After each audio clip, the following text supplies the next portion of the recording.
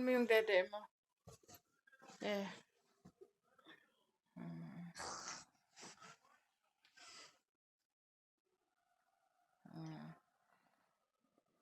Ba't Makati ang buhok mo? Ouch, yeah. Itching? Baka may ano yan, sugat. Bangon ka muna, ate. Bangon ka muna. Ayan. Teka. Okay.